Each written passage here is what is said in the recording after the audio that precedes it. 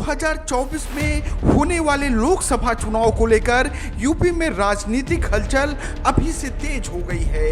एक तरफ जहां जनवरी 2024 में अयोध्या में राम मंदिर का उद्घाटन होने वाला है, जिसके जरिए बीजेपी राज्य में वोटों का ध्रुवीकरण करना चाहेगी, तो दूसरी तरफ समाजवादी पार्टी ने जातीय जनगणना की मांग करके हिंदुत्व के नाम पर एक मुश्त जाने वाले वोट को पिछड़ा और दलित के मुद्दे पर अपने पाले में लाने की कोशिश की है। लेकिन अब ऐसा लग रहा है कि बीजेपी ने इसकी भी काट ढूंढ ली है। दरअसल मंगलवार को कन्नौज से बीजेपी सांसद सुब्रत पाठक ने एक मांग रख दी। उन्होंने कहा, अखिलेश जी जातीय जनगणना की मांग कर रहे हैं तो मैं उनसे धार्मिक जनगणना की मांग जोड़ता हूं, क्योंकि विभाजन संप्रदाय के आधार पर हुआ था, उसमें पाकिस्तान का निर्माण हुआ था।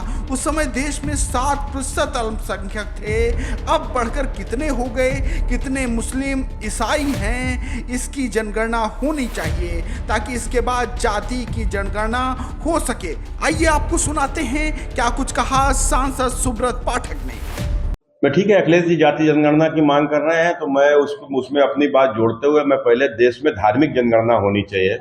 तो चूंकि हिंदुस्तान का जब विभाजन हुआ था तो संप्रदाय के आधार पर हुआ था, उसमें इसका पाकिस्तान का निर्माण हुआ था।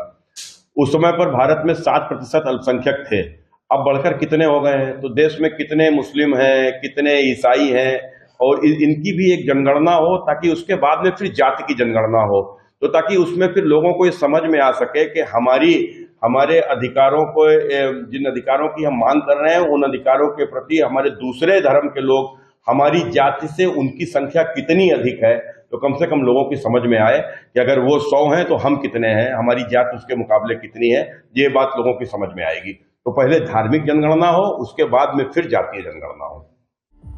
अब आप इस बयान से ये तो समझ गए होंगे कि अगर समाजवादी पार्टी जाति जनगणना की मांग करती है तो निश्चित ही बीजेपी धार्मिक जनगणना की मांग उठाएगी, यानी पहले राम मंदिर का उद्घाटन और फिर धार्मिक जनगणना की मांग चुनाव का ध्रुवीकरण कर सकती है। अगर ऐसा हुआ तो सपा के लिए फिर से लोकसभा चुनाव में अपना प्रदर्शन सुधार पाना मुश्किल हो सकता है।